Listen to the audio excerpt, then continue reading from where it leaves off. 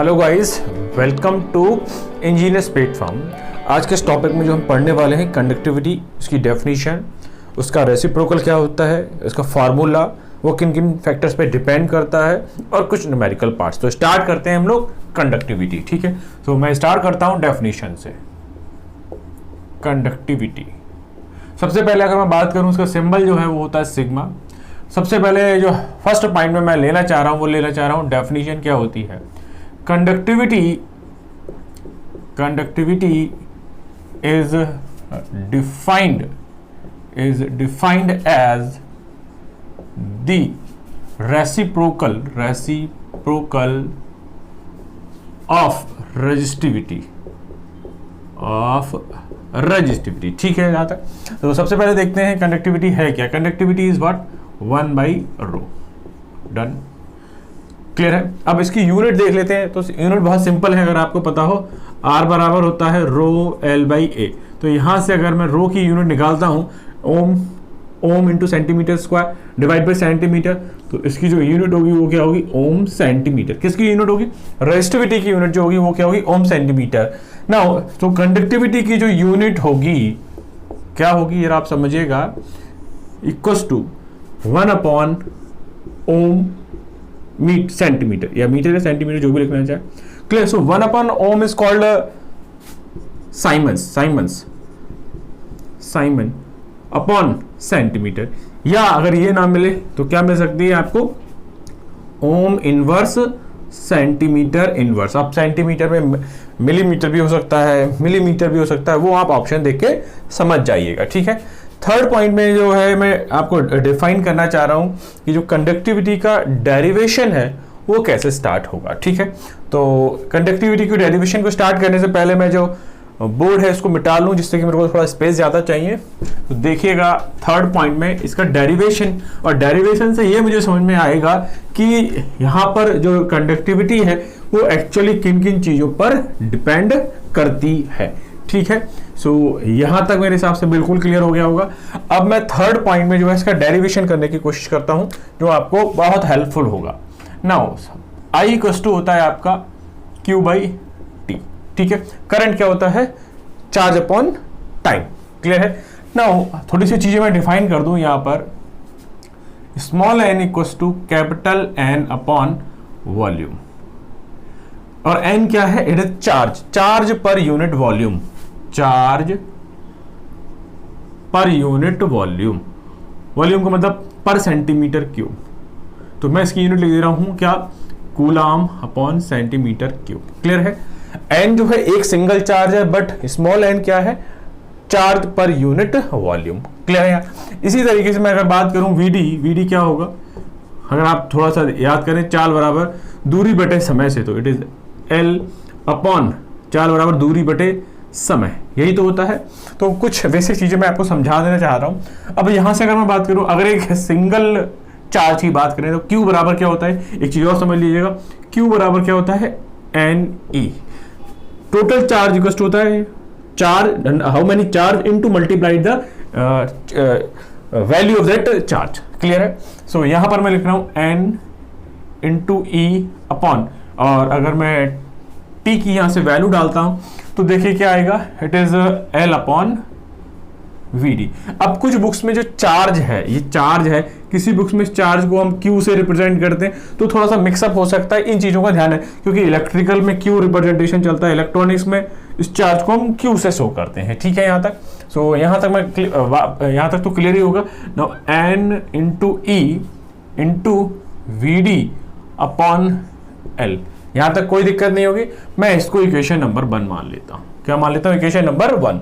Now since we know that the current density J equals to I/A। Current density क्या होती है, current density होती है current per metre square, current per centimetre square, current per mm square. तो इसकी unit भी क्या होगी, एम्पियर अपॉन सेंटीमीटर स्क्वायर।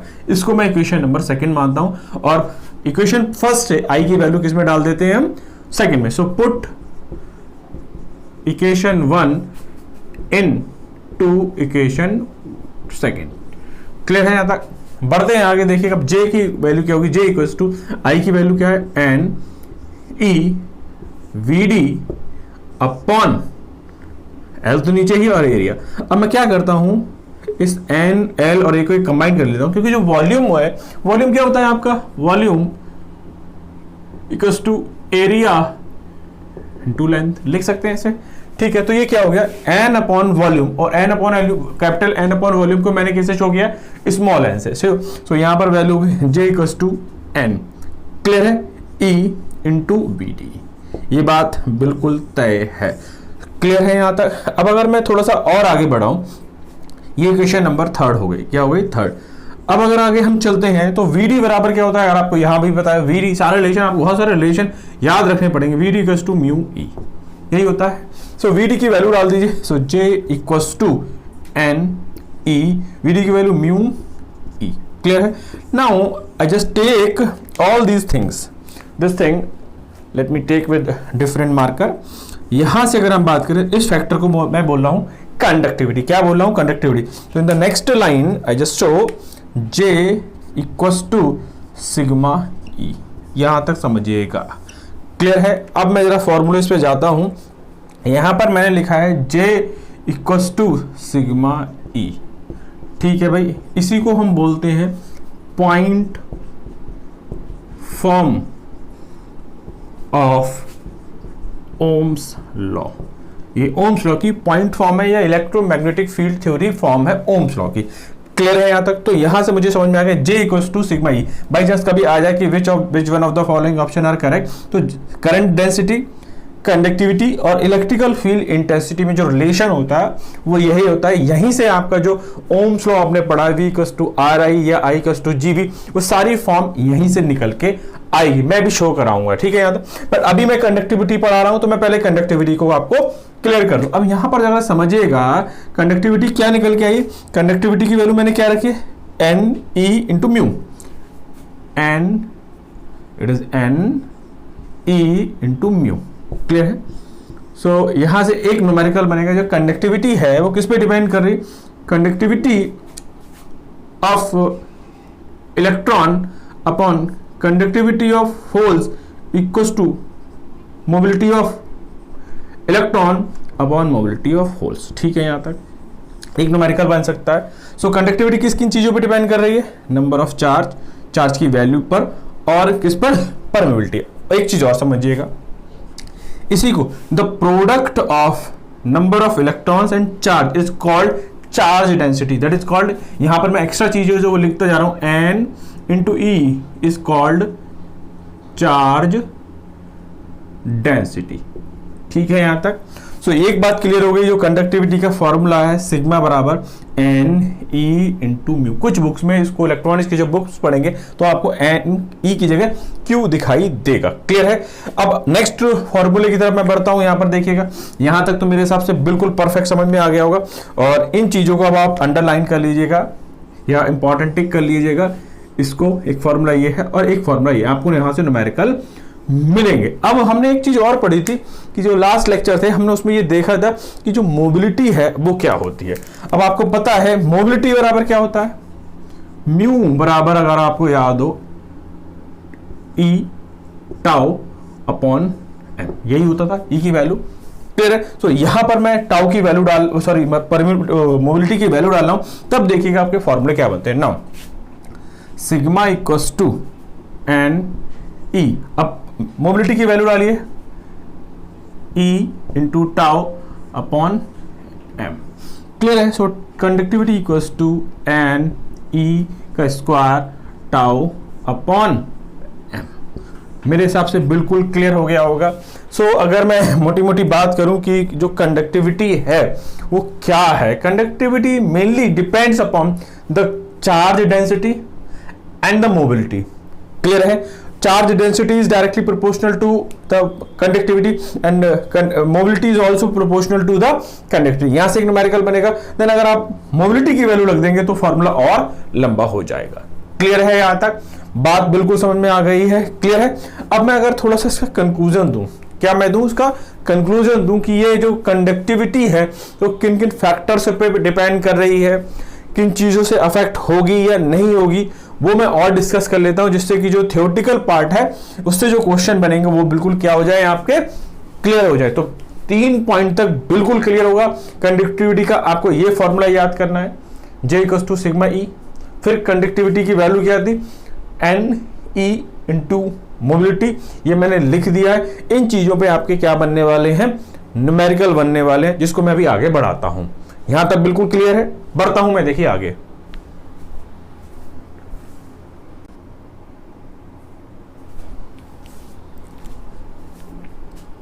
तो देखिएगा नेक्स्ट पॉइंट हम क्या बताना चाह रहा हूं, फोर्थ पॉइंट में किन किन फैक्टर्स पे जो है कंडक्टिविटी आपकी डिपेंड करती है। सो फोर्थ पॉइंट में हम लोग डिस्कस कर रहे हैं फैक्टर अफेक्टिंग द कंडक्टिविटी। ठीक है भाई। सो अगर हम पहले फॉर्मूला देखें कंडक्टिविटी का, क्या फॉर्मूला निकल गया है, conductivity equals to N e into mu. Clear है। देन इसी को थोड़ा सा और आगे एक्सप्लेन करता हूं। पहले तो मैं इस फॉर्मूले को तोड़ लेता हूं। ए पॉइंट में देखते हैं। सबसे पहले conductivity is directly proportional to the carrier concentration, carrier concentration that is n, कि कितना आपका पास कंसंट्रेशन है। क्लियर है। Then second point, so conductivity is directly proportional to the mobility, mobility. Clear है। यहां से ये इंपॉर्टेंट है, conductivity of electron upon conductivity of holes. ये इलेक्ट्रॉन को मैं इससे रिप्रेजेंट कर रहा हूं, ये ज्यादा बेटर, ई से, और जो होल्स है मैं इनको पी से शो कर रहा हूं। Then permeability, mobility of electrons upon mobility of holes. यहां से आपको न्यूमेरिकल भी मिल सकते हैं। क्लियर है। देन थर्ड चीज मैं इसको देखता हूं, आगे इसी फॉर्मूले को मैं एक्सटेंड करता हूं, एन इंटू ई। मोबिलिटी की क्या डेफिनेशन थी भाई, mobility is equal to what, tau into E upon M. Clear है। So I can write it as N E square tau upon M. Clear है यहां तक, बढ़ते हैं आगे सी पॉइंट में। So conductivity is directly proportional to E square, electron और hole जो भी होगा। ठीक है। D point, conductivity is directly proportional to the relaxation time. Clear है यहां तक। ये तो 4 पॉइंट हो गए वो जो बिल्कुल क्लियर दिख रहे हैं मेरे को, जो कंडक्टिविटी किन किन चीजों पे डिपेंड करती है। उनमें से मैंने एक को आपको एम्फेसाइज किया है, कंडक्टिविटी और जो मोबिलिटी है उसमें रिलेशन पर आपके यहाँ क्वेश्चन आ सकते हैं। आगे अगर मैं बात करता हूं ई पॉइंट की, effect of temperature, effect of temperature. ठीक है। ये आपके सिलेबस के हिसाब से या थ्योरेटिकल क्वेश्चन के हिसाब से जो है वो इंपॉर्टेंट हो सकता है कि कहीं थ्योरेटिकल क्वेश्चन मिल जाए। ठीक है। अब मैं इफेक्ट ऑफ टेम्परेचर जो है वो 2 पार्ट में डिवाइड करता हूं, ऑन मेटल और ऑन सेमीकंडक्टर। हम सेमीकंडक्टर पढ़ रहे हैं, but I will also tell about the metal on semiconductor. ठीक है भाई, देखिएगा ना। अब पहले मैं यहां समझा दूं क्या होगा। In metal as temperature increases, in metal as temperature increases, random thermal motion of electrons increases, so time between collision decreases। Clear है। मीनिंग क्या है, so mobility decreases, conductivity decrease. ये तो इसका एक्सप्लेनेशन हो गया।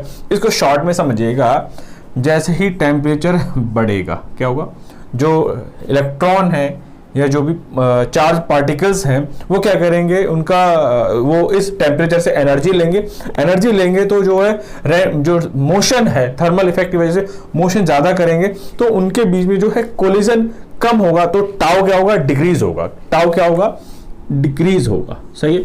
टाउ क्या होगा, डिक्रीज। अब टाउ का रिलेशन क्या है मोबिलिटी से, देखिए मोबिलिटी और टाउ में क्या रिलेशन है, समानुपाती है।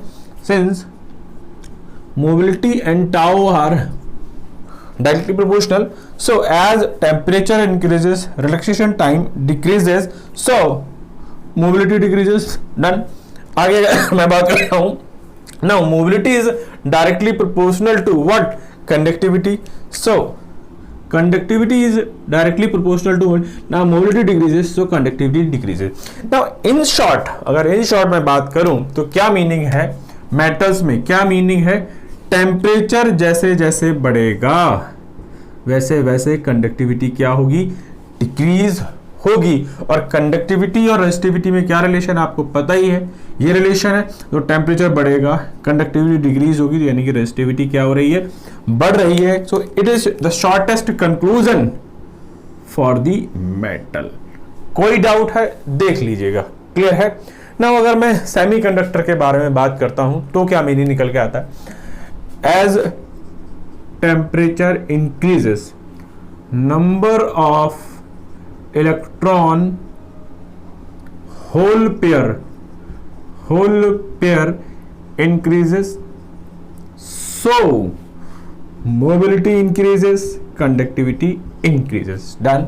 अगर इसी को मैं समराइज करूंगा शॉर्ट में, जो आपको समझना है, टेम्परेचर बढ़ने के साथ कंडक्टिविटी क्या होती है, यहां बढ़ती है। शॉर्टकट बिल्कुल क्लियर हो गया। तो मैंने कितने फैक्टर दिखाए आपको, 1 2 3 4 और 5 फैक्टर देखा। उन 5 में से मैं 2 पे ज्यादा फोकस करने के लिए कह रहा हूं, एक तो इफेक्ट ऑफ टेम्परेचर और एक है कंडक्टिविटी का। डन है, यहां तक कोई दिक्कत नहीं होनी चाहिए मेरे हिसाब से। यहां तक तो मैंने जो कंडक्टिविटी की डेफिनेशन है, क्या फॉर्मूला है, किन फैक्टर से ये अफेक्ट हो रही है, ये बता दिया। अब मैं इस कंडक्टिविटी के बारे में आपको एक तो बताना चाह रहा हूं। अभी आपको कंडक्टिविटी का रिलेशन पता है, अब यहीं से रेजिस्टिविटी बता सकते हैं, और यहीं से मैं जो है इंट्रिंसिक और एक्सट्रिंसिक के अंदर एन टाइप और जो पी टाइप कंडक्टर्स हैं, सॉरी सेमी कंडक्टर्स हैं, उनकी जो मोबिलिटी है, सॉरी उनकी जो कंडक्टिविटी है वो क्या होगी, वो मैं एक्सप्लेन करना चाह रहा हूं, जिससे कि जो कंडक्टिविटी का पूरा मॉडल है वो आपके सामने क्या आ जाए, क्लियर हो जाए। ठीक है, तो मैं नेक्स्ट पॉइंट की तरफ बढ़ता हूं कि जो कंडक्टिविटी के लिए, कंडक्टिविटी का डिफरेंट सेमीकंडक्टर और रेजिस्टिविटी के साथ क्या क्या रिलेशन आएगा। तो स्टार्ट करते हैं।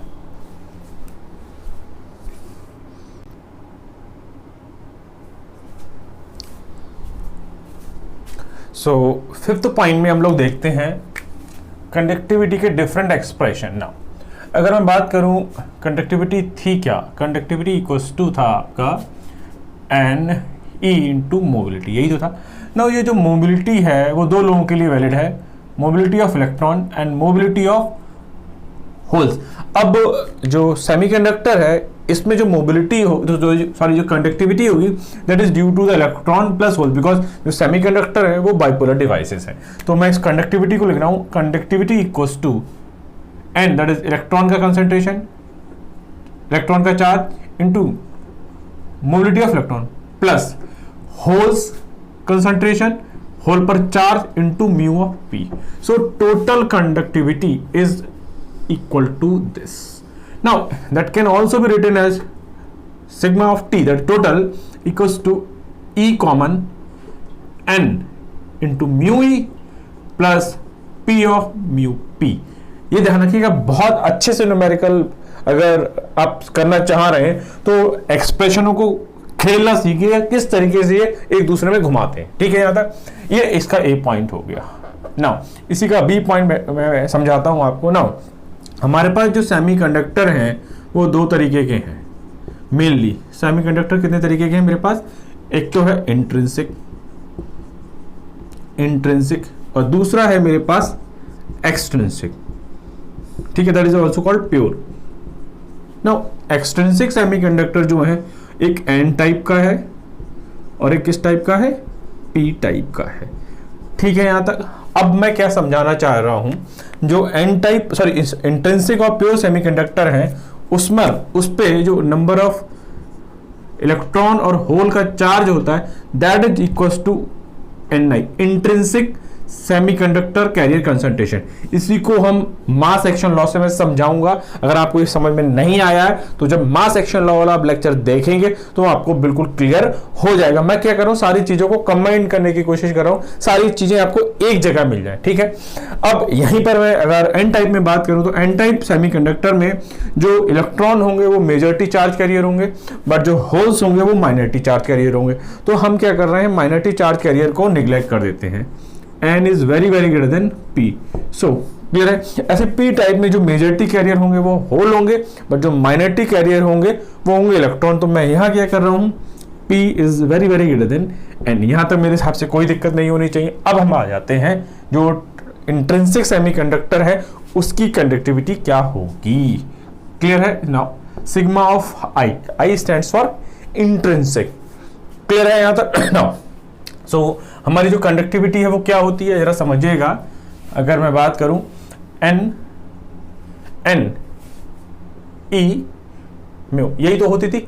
अब मैं क्या कर रहा हूं, n और जो p है वो किसके बराबर होते हैं, ni के। So sigma of i equals to n of i into e into mu, ठीक है। यहाँ तक मेरे हिसाब से अब कोई दिक्कत नहीं होनी चाहिए। ये जो है आपकी कंडक्टिविटी है वो किसके लिए, इंट्रिंसिक और प्योर सेमीकंडक्टर के लिए, क्लियर है। अब यहां पर अगर आप इलेक्ट्रॉन मानना चाह रहे हैं तो इलेक्ट्रॉन मानिए, होल मानना चाह रहे हैं तो होल। अब यहीं पर आ जाइए, यहां पर अगर मैं बात करता हूं sigma of n, sigma of n, clear है यहाँ तक। अब यहां पर जो चार्ज है वो कौन सा होगा, इलेक्ट्रॉन ही होगा। सो यहां पर लिख सकते हैं n e into only mu E, क्योंकि यहाँ पर जो एन टाइप है उसमें मेजॉरिटी कैरियर इलेक्ट्रॉन है तो मोबिलिटी सिर्फ किसकी होगी, इलेक्ट्रॉन्स की होगी। सिमिलरली अगर मैं बात करता हूँ पी टाइप के लिए, तो पी टाइप के लिए देखिए क्या लिखूंगा मैं, sigma of P that is equals to what, P the hole carrier concentration into charge on that and mobility of holes. So ये बहुत सारे एक्सप्रेशन है, पर आप इतना अगर रटेंगे तो बिल्कुल भूल जाएंगे। तो प्लीज आप सब लोग उसको समझने की कोशिश करिएगा कि ये सारे एक्सप्रेशन एक से एक एक्सप्रेशन कैसे फॉर्म हो रहे हैं, तो वो ज्यादा बेहतर होगा आपको समझने के लिए। तो यहां तक मेरे हिसाब से बिल्कुल क्लियर हो गया होगा कि conductivity of total electron and holes कैसे निकालेंगे। Then conductivity in different type of semiconductor, like intrinsic में, एक्सट्रिंसिक, उसके अंदर एन टाइप, उसके अंदर पी टाइप। कोई सा भी क्वेश्चन आ जाए, फॉर्मूला आपके सामने आ जाए, आप सिर्फ ये ध्यान रखिएगा, conductivity is equals to N e and mobility. यहां से आपको लगभग पूरी हेल्प मिल जाएगी। अब लास्टली मैं क्या देखना चाह रहा हूं, जो कंडक्टिविटी का रिलेशन है रेजिस्टिविटी के साथ, और यहां से मैंने एक आपको point form of the Ohm's law या electromagnetic form of the Ohm's law बताई थी, that is J, that is current density equals to sigma E. Current density is equals to the product of conductivity into electrical field. इस पे थोड़ा सा हम focus डालना चाह रहे हैं, और रेजिस्टिविटी के साथ कैसा रिलेशन आएगा वो भी थोड़ा सा फोकस डाल दें, जिससे कि और भी अगर कुछ कंडक्टिविटी से रिलेटेड आ जाए वो सॉल्व हो जाए। तो स्टार्ट करता हूं मैं।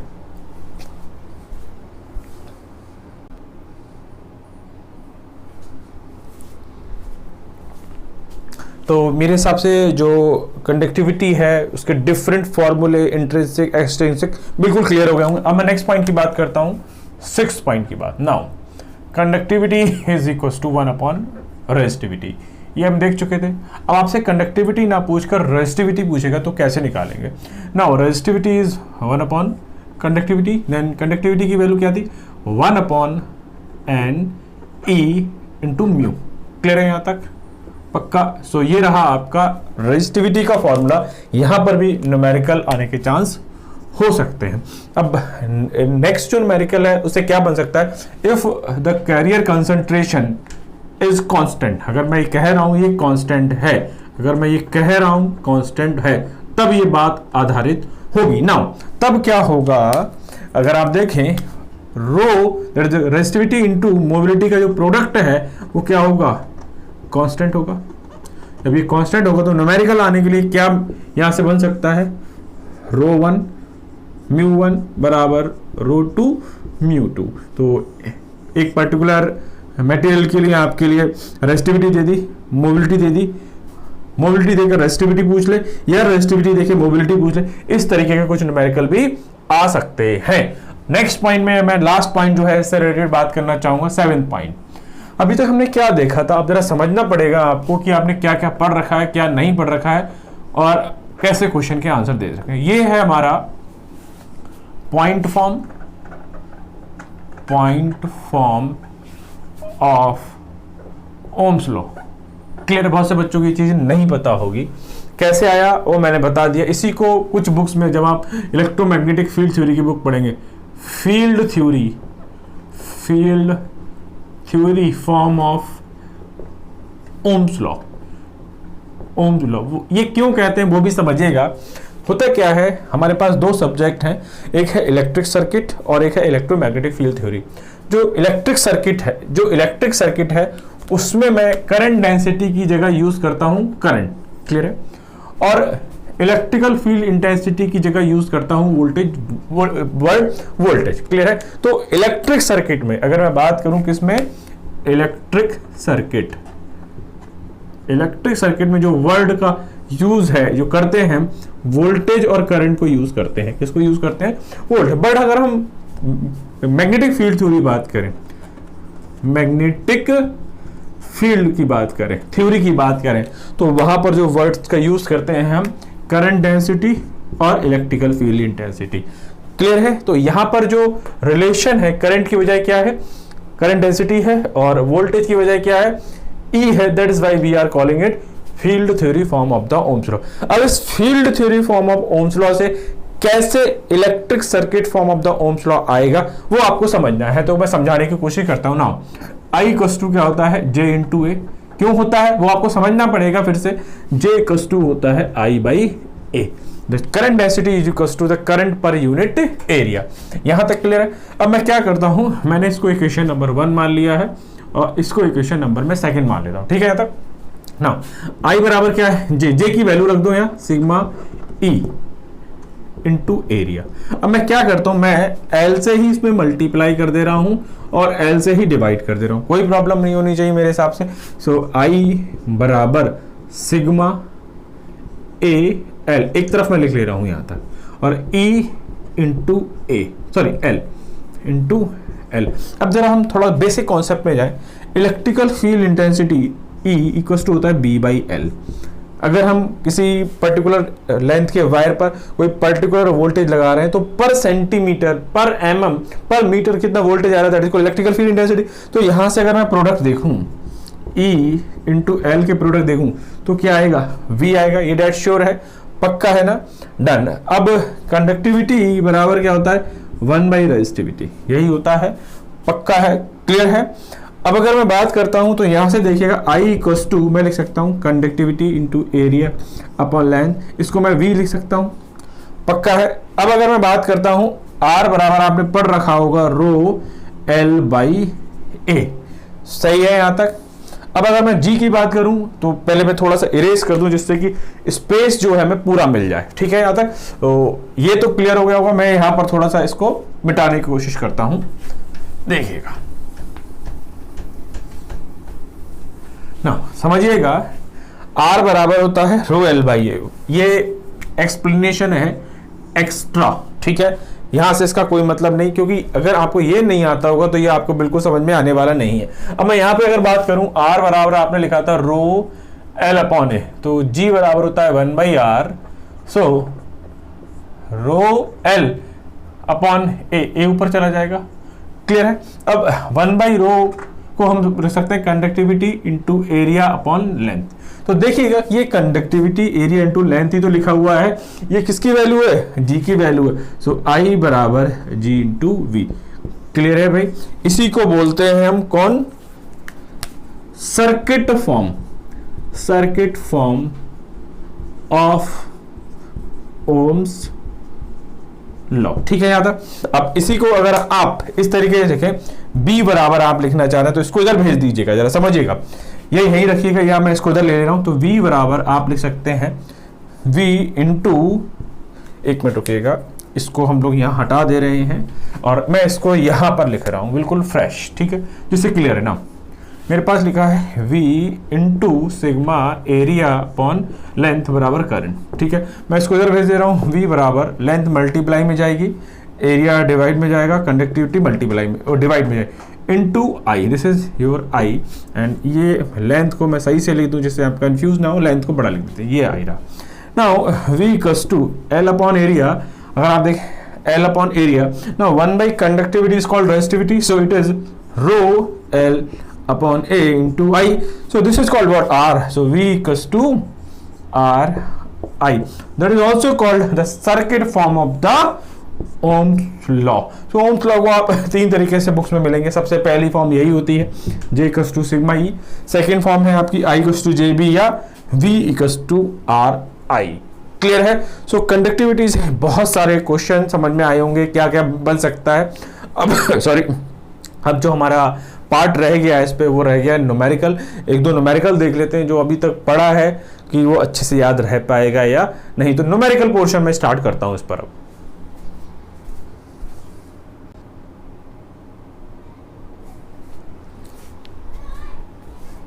तो फर्स्ट न्यूमेरिकल देखते हैं। द कंडक्टिविटी ऑफ सेमीकंडक्टर, पहला ऑप्शन है does not depend upon temperature, दूसरा ऑप्शन है decreases with rise in temperature, third option है increases with rise in temperature, last option है first increases and then decreases with rise in temperature. तो मैंने बड़ा simple सा आपको एक रूल बताया था कि जो कंडक्टिविटी है वो मेटल में और सेमीकंडक्टर्स में, इसमें क्या होता है कि जैसे जैसे टेम्परेचर बढ़ेगा मोबिलिटी क्या होगी, डिक्रीज होगी, तो कंडक्टिविटी भी क्या होगी, डिक्रीज होगी। यहाँ क्या बताया था मैंने, टेम्परेचर इंक्रीज होगा, मोबिलिटी बढ़ेगी, तो कंडक्टिविटी क्या होगी, इंक्रीज होगी। अब क्वेश्चन चूंकि किस बात पर आधारित है, हमारा क्वेश्चन आधारित है सेमीकंडक्टर पर, तो सेमीकंडक्टर में टेम्परेचर बढ़ाने पे कंडक्टिविटी क्या होती है, बढ़ती है। तो देखिए बढ़ती है, that is increases with rise in temperature. तो इस क्वेश्चन का क्लियर आंसर जो होगा वो सी होगा। ठीक है यहां तक। नाउ बढ़ते हैं नेक्स्ट पार्ट की तरफ।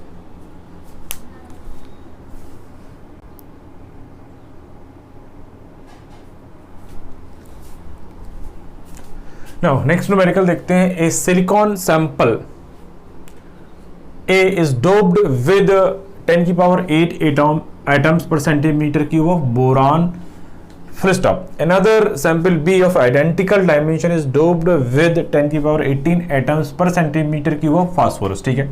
The ratio of the electron to hole mobility is 3. The ratio of the conductivity of sample A to sample B is 3, 1/3, 2/3 और 3/2। बहुत खूबसूरत क्वेश्चन बनाया है। देखिए कैसे बनाया है। इस क्वेश्चन को थोड़ा सा आपको समझना पड़ेगा कि ये किस लेवल का है। ठीक है ना, जरा समझिएगा। अगर आप कोई ए सिलिकॉन का सिलिकॉन है, सपोज सिलिकॉन है, अगर आप सिलिकॉन में ट्राईवैलेंट मिलाते हैं, ट्राईवैलेंट, या मैं कह सकता हूं थर्ड ग्रुप से मिलाते हैं, तब वो होता है बोरान। क्या होता है? बोरान। ठीक है यहां तक। और अगर आप पेंटावैलेंट मिलाते हैं, पेंटावैलेंट डोपिंग करते हैं, अशुद्धियां मिलाते हैं, अगर सिलिकॉन में आप ट्राईवैलेंट मिलाएंगे तो ये क्या बन जाएगा, ये पी टाइप बन जाएगा। ये क्या बन जाएगा? P type. अगर आप पेंटावैलेंट मिलाते हैं, दैट इज फिफ्थ ग्रुप के एलिमेंट मिलाते हैं, तो ये क्या बन जाएगा? यहां पर आपने फास्फोरस मिलाया है, फास्फोरस क्या मिलाया? तो ये क्या बन जाएगा? एन टाइप बन जाएगा। क्या बन जाएगा? N type. क्लियर है? अब पी टाइप में जो है होल्स मेजॉरिटी में होते हैं। क्या होते हैं? होल्स होते हैं। और यहां क्या होते हैं? आपके इलेक्ट्रॉन्स। ठीक है, यहां तक ये बात क्लियर हुई है? नहीं, यानी कि यहाँ पे डायरेक्ट जो क्वेश्चन बनाया, एक पी टाइप का मटेरियल दे रखा है और एक एन टाइप का मटेरियल बनाने की कोशिश की गई है। अब आपका जो क्वेश्चन है वो क्या है? Conductivity of A upon conductivity of B का मुझे रेशियो बताना है। यही तो क्वेश्चन है। अब अगर आप रिवाइज कर रहे हैं, conductivity is equal to N e into mu. So conductivity is directly proportional to mu, permittivity. So हमारा जो क्वेश्चन हो ये हो जाएगा mu of A upon mu of B. अब चूंकि हमने पहला जो एलिमेंट है, ये पहली डोपिंग किसकी मिलाई? बोरान। तो बोरान क्या देगा आपको? नंबर ऑफ होल्स देगा। तो यहां पर लिखना पड़ेगा म्यू ऑफ होल्स। क्लियर है? नाउ नेक्स्ट जो इंप्योरिटी मिलाई है, अशुद्धि जो मिलाई है सेम आइडेंटिकल में बी में, वो किसकी मिलाई? फास्फोरस। तो ये क्या बनाएगा? एन टाइप बनाएगा। और एन टाइप में क्या होते हैं? इलेक्ट्रॉन। ठीक है, यहां तक कोई दिक्कत नहीं होनी चाहिए मेरे हिसाब से। अब क्लियर है। अब यहां पर उसने जो गिवन है वो क्या दे रखा है, देखो यहां पर जो गिवन है वो दे रखा है mu of electron upon mu of hole का जो रेशियो है वो 3 खुद दे रखा है। और वैसे भी मैंने बताया है कि जो इलेक्ट्रॉन की मोबिलिटी है it is 2 to 3 times of mobility of holes, बताया है। तो यहां से ये रेशियो डाल दीजिए। So conductivity of A upon conductivity of B that is equals to, हमारे पास है म्यू पी अपॉन म्यू, तो उसका रेशियो को पलट दें तो ये हो जाएगा 1/3। तो आंसर जो होगा 1:3 रेशियो होगा। तो कौन सा ऑप्शन सही है यहाँ पर, बी ऑप्शन बिल्कुल करेक्ट है। क्वेश्चन का लेवल देखिए कहां से कहां उसने इनडायरेक्ट वे में क्वेश्चनों को एन टाइप पी टाइप बना दिया। कंडक्टिविटी का रेशियो पूछा है और मोबिलिटी का रेशियो दे रखा है। तो मैंने ऑलरेडी कहा था कि मोबिलिटी और कंडक्टिविटी में डायरेक्ट रिलेशन है, यहां से क्वेश्चन बनेंगे। तो आपके सामने एक बहुत बेहतरीन जो क्वेश्चन था वो आपके सामने बिल्कुल आया। ठीक है, यहां तक तो मेरे हिसाब से कंडक्टिविटी का जो कॉन्सेप्ट है वो अब बिल्कुल क्लियर हो गया होगा।